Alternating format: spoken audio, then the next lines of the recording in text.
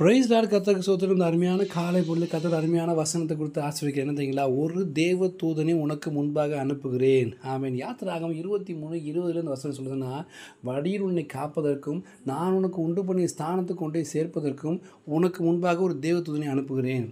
கர்த்தர் நம்ம வாழ்க்கை என்ற வழியில் நம்ம சிக்கிக்கொள்ளாபடிக்கு, பாவ இருளில் சிக்கி நரகத்துக்கு போகிறாபடிக்கு என்ன பண்ணுவாங்கன்னா, கர்த்தர் உங்களுக்கு ஒரு தேவதூதனை வழிநடத்தும்படியாக தேவதூதனை அனுப்புகிறார். சங்கீதம் 91 சொல்கிறார் இல்லையா, உன் பாதம் கல்லிடாபடிக்கு அவர்களுடைய தன் கரங்களை ஏந்தி கொண்டு போகிற வசனங்கள் இல்லையா, நம்ம பாதம் கல்லை இங்கே சிக்கிக்கொள்ளாபடிக்கு, இடறி விடாதபடிக்கு, தடுமாறாதபடிக்கு நம்மளை காக்க முடியாத தேவதூதனை கர்த்தர் அனுப்புகிறார். அதுக்கு அடுத்த வார்த்தை என்ன சொல்லுதுன்னா, நான் உண்டு பண்ணின ஸ்தானத்திற்கு வெளிப்படுத்த 1:6 என்ன சொல்லுதுன்னா, தம்முடைய வெளியேறப்பட்டது தான் நம்முடைய பாவங்களை நம்ம கழுவி நம்முடைய பிதாவாகிய தேவனுக்கு முன்பாக நம்ம ராஜாக்களும் ஆசாரியமாக்கி நான் அவருக்கு மகிமையும் வல்லமையும் என்றைக்கு உண்டாயிருப்பதாக. இஸ்ரேல் ஜனங்களை வனாந்தரத்தை நடத்தி போய் கானானில் சேர்க்கிற வரைக்கும் கர்த்தர் வழி நடத்தினார். நம்மளை ஆவிக்குரிய இஸ்ரேலாகிய உங்களையும் என்னை கர்த்தர் பரம கானானுக்கு கொண்டு சேர்க்க முடியாத பரலோகத்தில் கொண்டு உங்களையும் என்னையும் ஸ்தானாதிபதிகளாக ராஜாக்களாகவும் ஆசாரிகளாக வைக்க முடியாத கர்த்தர் விரும்புகிறாங்க. அப்படிப்பட்ட ஸ்தானத்தை கொண்டு சேர்ப்பது வரைக்கும் இந்த உலக பயணத்தில், வாழ்க்கை பயணத்தில் நம்ம எங்கேயும் சிக்கிக்கொள்ளாபடிக்கு நம்முடைய பாதுகாக்கிறதுக்காக கர்த்தர் தேவ தூதர்களை அனுப்புகிறார். தேவ தூதரோட மனுஷனை கருத்து சிறியராக படித்தாலும் அவங்க பணிவிடை தேவ தூதரில் கற்று வச்சுருக்காராம். தேவ தூதருக்கு எவ்வளோ பவர் இருக்குன்னா, ஒரே ராத்திரியில் இறங்கி 185,000 பேரை சங்கரிக்கிறதுக்கான வல்லமை ஒரு தேவ தூதருக்கு இருக்குது.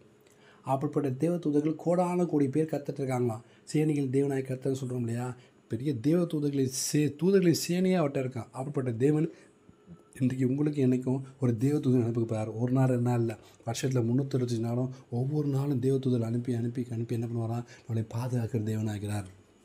ஒரு பிரச்சனை, ஒரு போராட்டம், ஒரு யுத்தம் வருதுன்னா, ஆவிக்குரிய யுத்தம் வருதுன்னா, மிகாவேல் தூதர் அனுப்பிச்சு உறவின பட்டயத்தோடு இருக்கிற மிகாவேல் தூதர் உங்களுக்காக எனக்காக யுத்தம் பண்ணி சங்கரித்து எல்லா எதிர்ப்புகளையும் சங்கரித்து போட்டு மிகப்பெரிய ஆசீர்வாதத்தை பாதுகாப்பு தருவார்.